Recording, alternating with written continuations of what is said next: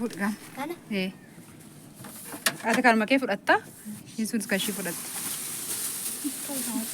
Nda ka ati tara ati fudhatu. Kuma saati kan kemma ka jaibatti bareeda.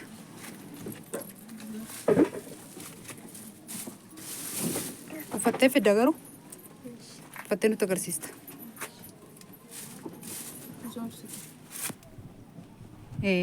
Mudhii isa bal'aa fakkaata. Isas baasee hambiraas hankee ishiitti kenna ammas. Yoo ishinaa qabdu kanuma keessatti fudhadhu. Dheeraa fakkaatu akkatti ilaalu. Gannaa gannuyyee taanka. Gannaa ganniyyee gannaa gannayyee. Zoortee nuu goote malee nuu gaabbita. Isa immoo nuu gaabbitu.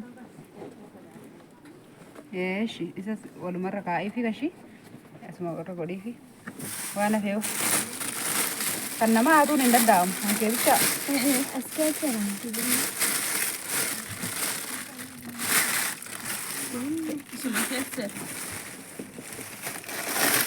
Budin kan ungguan. Malaman keessa Maal lamaan keessa tokko mata suma. Rakkoon qabu sanas jaallatti. Inni kashii. Maal warra dammoo maal qabamu muftii keeti. Kamiin fudhatta? Mi'aafite mattari. Kanaake. Bataam itti bareeda. Kun kam bareedde kana ta'u. Ati kana uffadhu. Ishii bareeda. Kana bareeda. Isa cikaayiti amma muka mucayyoo fidi. Kan xiqqetti. Shurraabu marraa ijaan margaa si bira jiraanti shurraabi. Moo kana si wayyaarisi? Bakka sana. Garuu kanatu faashiniidha. Harka isaarra argite ofitti qabamee akka ammaatti.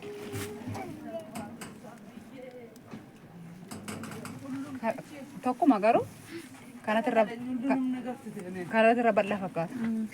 Bunna illee kanatti irra bal'aa fakkaata. Ijoolsiif kaa. Argisiisana argiteetti. Inni kakanii inni nuti jechuudha. Kan xinnooti. Meerraan shifanne.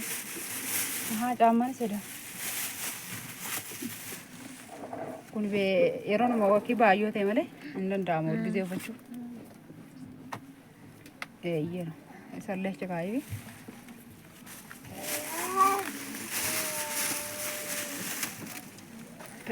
Kasuma hacaalu surree. Inni sitti galaayyuun dala. Maa kolbitaa. Isaa qoxirii shimaa nutti nimni erguma. Mudhiinti ni taati. Ni taati. Burteen akka jalaan uffannetti ta'a. Uffattu. Haa guddaadha kaa. Maaliin na guddaa fakkaata? Ijoolsite. Ni mul'ata sirriitti mul'ata. Sirriitti mul'ata. Haa ol kaa'u. Yeedachaa asiti. Yaaduu burteen kam ishee uffattee nutti agarsiifti malee. Atamma burtee uffatu kottu.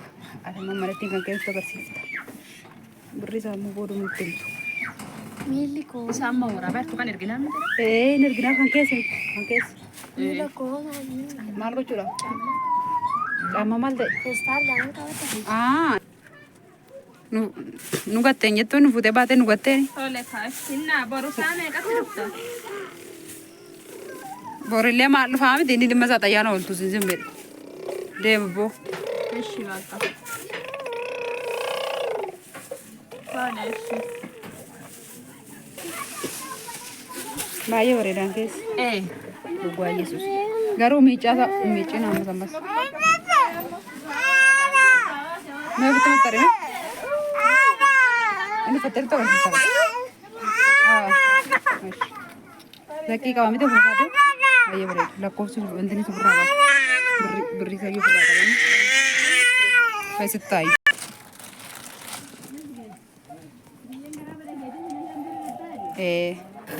Tisheertiin kunii fi jiinsi sun baay'ee walirraan bareedee yaada.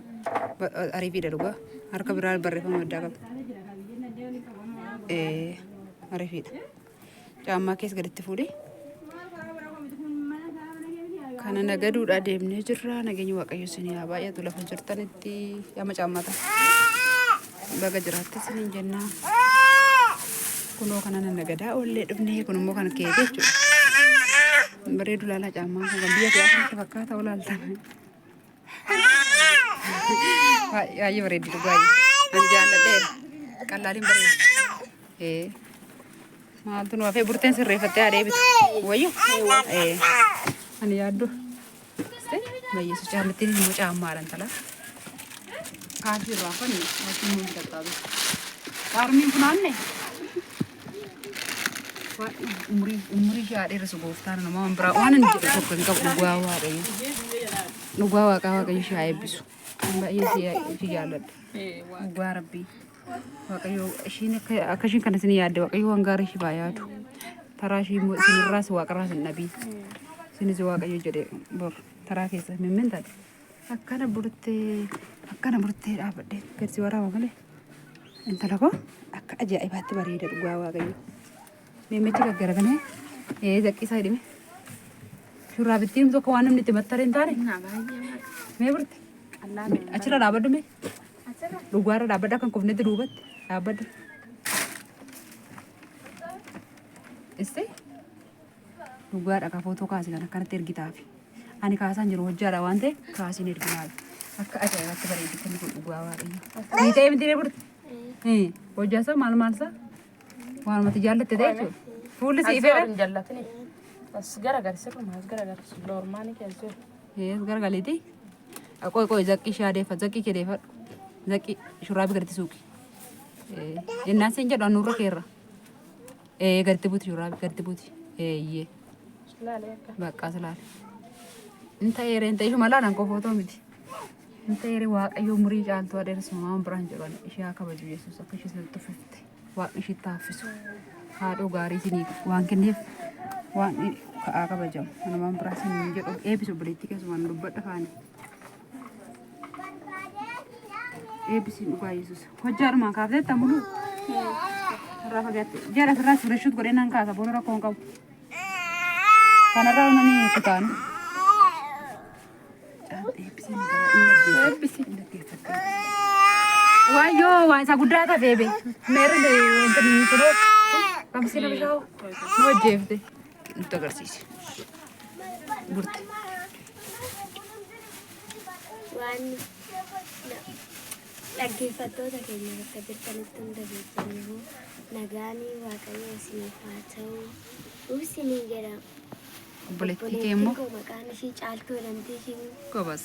kan kana naagooteef eebbisa nama bichaa miti waaqayyo ishii haa eebbisu alagaa fira ishii haa godhu. Galmee ambassaa dhugaa waaqayyo. Haadha ormaa haadha ishii haa godhuu fi abbaa ormaa abbaa ishii haa godhuu fi obboleettii ormaa obboleettii ishii haa godhuu fi waan bakka garaa ishii bakka yaaddeen ishii haa ga'u. Dhugaadha. Ulataa namaa namni hin baasu waaqayyo yoo baase malee waaqayyo ishee haa eebbisu. Isinis immoo gobasii taatanii deemtanii inti jennaan taraa keessan immoo hin deebistuuf. Kunis immoo ajaa'iba malee waan naa tafeeyyu silaafu. Intalaa qallaalii kanan bareedunnu dhugaa waaqayyo xilfiin isaatu ajaa'iba malee. Laaskitiin isaa lama miti intini meemmee akka ammaatti addaa qabi laali sirriitti addaa qabi. Qoy borsaan si bira yoo inni qoy akka ammaatti qabi burtee qabi akkanatti eeyyuwa. Iste qallaalii makanan bareedunnu qallaaliin siin jedhe. Lexalaa isaa hoo qabdi uffattee irraan qabdee nutti agarsiistari. Irraan eeyyeno Yesuus. Inni mtu kophaa isaatti uffata biraarraan uffatamuu hin danda'amu. Hin hodhamne miti? Hodhame? Hodhamaadha. Akkasii? Mee burte atirra buusifee duubarra Yesuus guddaa duubarra buusifee itti naannessime ilaalla. Ilaali xilfii isaatiin illee xilfii immoo maal jedhama? Inni illee xilfii isaa baay'ee bareeda. Bakka uffata ajaa'ibaati bilee dhugaa Yesuus kun. Qoy akkana namaa jiran maal uffattee hin jirtu sila rakkoo maal qabu? Baaqee isaa takkittiidha. Wayila eeyyenoo. Bakka Yesuus hin jedhu.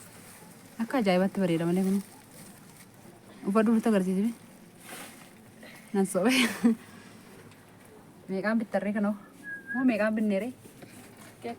Gatiin isaa waddade dhugaa uffata hundumaa keessa kun abidda ta'e malee. Birri isaa baay'ee xinnoo kaf jira. Garuu birri isaa bichaa miti kan mul'atu waan laalu qabdu. Kuulli isaa beeka jaabatti kuula meeqa qaba kun? Sadiidha kun iyyuu. Laxalaan isaa sadiidha miti? Sadii. Si? Lama sadii. Lama akka laxalaan isaa. Xalaala. Guddaadha ilaali laxalaan isaa akka asitti dachee jiru.